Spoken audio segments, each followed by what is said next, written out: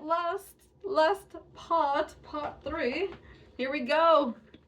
All right, so this biker was an atheist. 10 minutes into the conversation, he asked me to prove that there was a God. As I went through one of the basic proofs that I use, which I'll cover in chapter 10, he nodded and agreed. Now that's a good point. As we finished talking, he told me, I've learned an awful lot in this conversation. People are waiting to hear the truth if we will lovingly share it with them. At 4 a.m., man, they kept going. Oh, no, that's when okay, so at 4 a.m., the students and I went back to our hotel. Half an hour later, I decided to get something out of my car. In the lobby of the hotel were 4 teens who were staring at me as I walked past them to my car. They were still there when I came back in, so I asked if I could do anything for them. One asked if I had a quarter for a phone call. I checked my pockets and realized that I had emptied all my change onto the dresser in my room. So I said, no, I don't have a quarter, but you guys can come up to my room and use my cell phone.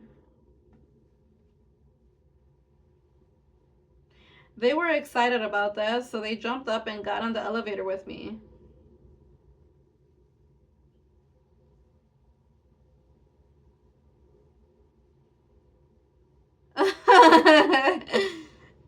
That's so funny.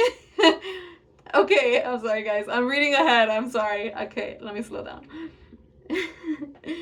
Okay, so we're talking about 14-year teenagers here.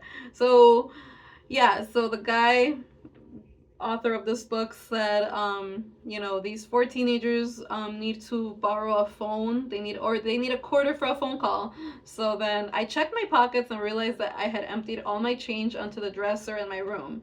So I said, no, I don't have a quarter, but you guys can come up to my room and use my cell phone. They were excited about that, so they jumped up and got on the elevator with me. As we were riding up to my room, one of the teens asked, you know who we are going to call, don't you? We're gonna call a stripper. A stripper? Yes, and you can join us if you want to. I told the guys they had one problem. I'm a minister. Oh, you should have seen their eyes. I wish I had had a video camera. One guy said, oh, does that mean we can't use your phone? Your cell phone? Yeah, I didn't want to lose these guys because it was obvious that we needed to have a conversation. Yeah, it was obvious that we needed to have a conversation. So I handed each one a track booklet and said that if they read it, they could use my phone. Okay, so he was still willing to let them use his phone if they read the track booklet. So they fulfilled their part of the bargain. So when we got to my room, I let them make their call. That's funny. As God would have it, they couldn't reach the stripper. So we began to talk about life. Just as I swung the conversation to the supernatural side, there was a knock on my door. It was 2 guys asking for the stripper. This story is hilarious. Oh my gosh.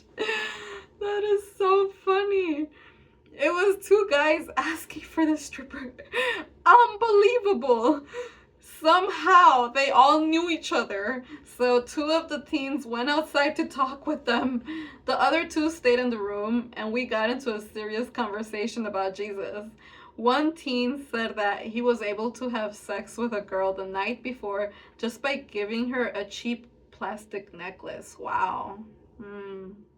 That's crazy. A cheap plastic necklace. Yeah, wow. I could see the emptiness in his eyes. As we began to get very serious, there was another knock on the door. It was the first 2 teens asking for their friends. I told them they will be out in a minute. I closed the door and went back to the conversation. There was another knock on the door. I called, they will be out in a minute. Then there was a 3rd knock on the door. The 18-year-old I was talking with went to the door, said that he would be out in a few minutes, and closed the door on his friends.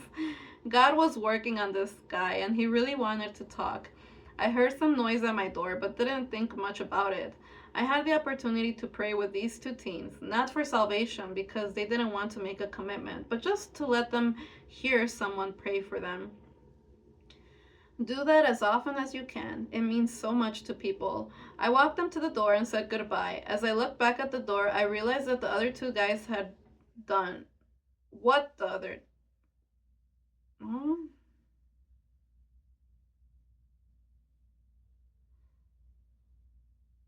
Oh, well, okay, yeah, they're just being teenagers. I walked them to the door and said goodbye. As I looked back at the door, I realized what the other two guys had done. With a thick pencil, they had written on my door, "Smoke reefer, the Antichrist, Satan rules, 666, etc." So they wrote a bunch of stuff on the door, basically. I yelled down the hall and told the two teens to come back. "Why don't you guys explain this to me?" One guy blamed it on a friend who wasn't there. I told them that their friends should not have done that. When I grabbed some soap and a towel and began to clean my door, the guy on whom God seemed to be working said, "No, you shouldn't be doing that."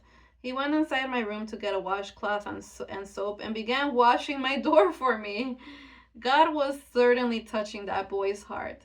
I told him it was okay, that I would finish it. Then we parted company.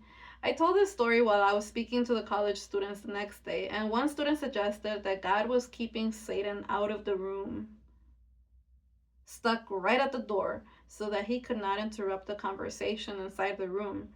I do believe that is exactly what God was doing. The more you step out in faith and trust Him, the more amazing things that you will see Him do. Wow, this guy is just full of stories. That's just amazing. Wow. Anyways, the next part. A couple of days later, while speaking to the college students in Daytona Beach, my left knee began to swell, and I couldn't put any pressure on my leg. So, being a typical guy, I asked for a chair so I could sit down to finish my talk. Afterwards, because I couldn't walk, someone suggested going to the emergency room. Although I'm not a big fan of doctors, I didn't see any other option at that point. So, about 10 college students piled into a van and took me to the emergency room. Along the way, I told the students that I was finally old enough and wise enough to realize that this whole situation didn't have anything to do with my knee.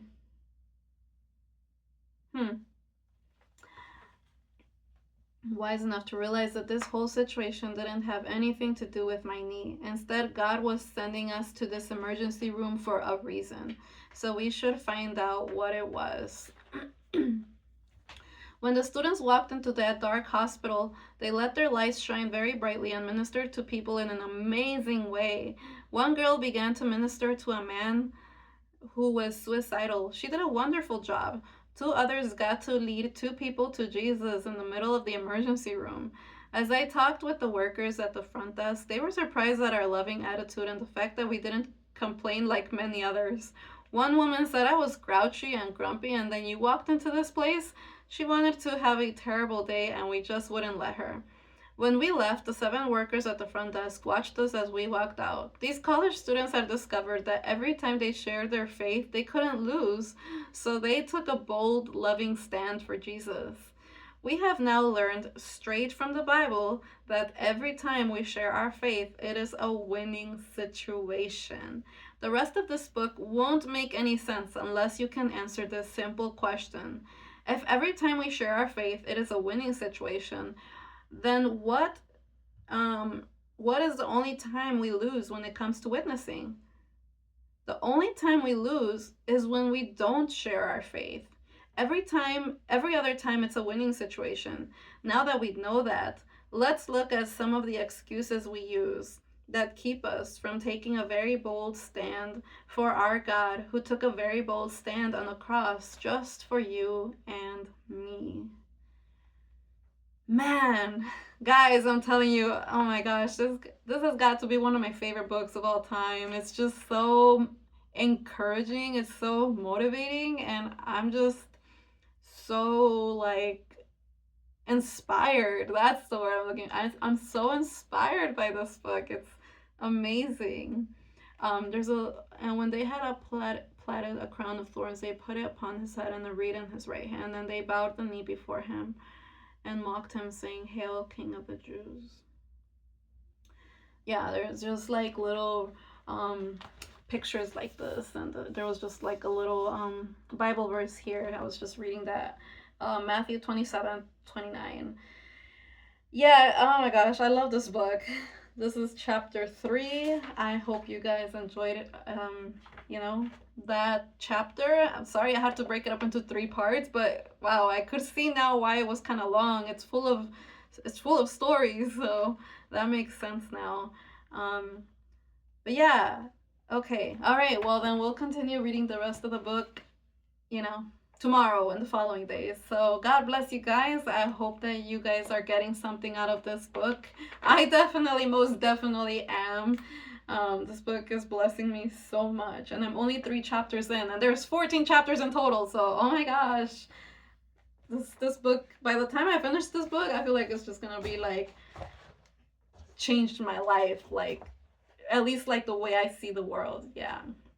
It's already happening actually, but I won't go into details because, yeah, gotta go. All right, bye. Love you guys. God bless you and have a great day. Bye.